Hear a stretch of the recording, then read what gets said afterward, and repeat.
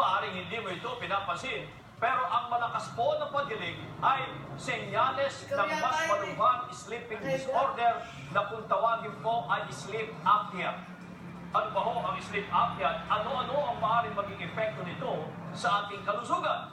Ito ba'y nagagamot? Ito ba'y nakamamatay? Yan ang pinatrol ng KSP, Kabayan Special Patrol. Problema ng data analyst na si Robert Reyes ang kanyang malakas na paghihilik.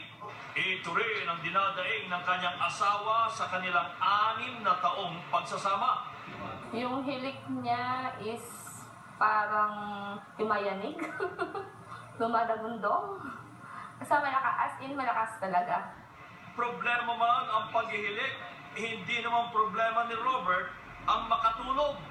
Pero nakukumpleto man niya ang tulog, pakiramdam niya, hindi pa rin ito sapat. Pag nasa work na ako, parang inaantok pa rin ako. Parang kulang yung energy ko. Ganito rin ang nararanasan ni Ginoong Edgardo Galindez. Mamaneo ka, tapos unti-unti bumibigat yung mata mo eh. Kaya yun ang mga nakakatakot. Ayon sa mga eksperto, ang malakas na paghihiling at ang pagkahapo kung gising ay sintomas ng sleep apnea. Ang sleep apnea ay isang sleeping disorder kung saan bumabagsak ang muscle sa ating ngalangala dahilan para mapigil ang ating paghinga kapag tayo ay natutulog. Nakita po nila yung daloy ng hangin nila ay talaga po nagbabara. Hindi biglang gumagano. Ako, yun po yung parang arousal na inaano ng brain, nagisingin kayo. Bukod sa kakulangan ng maayos na pagtulog, maaari rin magdulot ng iba't ibang sakit at komplikasyon ang sleep apnea. It is actually a hazard connected din ito sa stroke. Sa puso naman, high blood.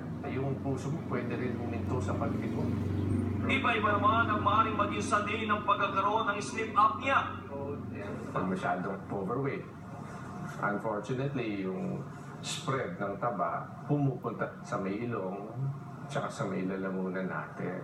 Mga habits natin, umiinom tayo, naninigarilyo, that can promote yung paninikip ng daanan ng hangin. Genetic. Namamana ito eh. Minsan, makita na po namin na dumarating isang pasyente sa pintuan pa lang. Parang alam na po namin. Kita niyo nga may leeg. Iba po, malapad po ang leeg.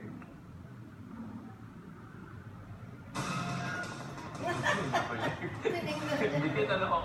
Pero bukod sa mga nabanggit na dahilan, may iba pa bang maaaring maging sanhi ng sleep apnea? At paano nga ba ito magagamot? Abangan po yan bukas sa pagpapatrol ng KSP Kabayan Special Patrol.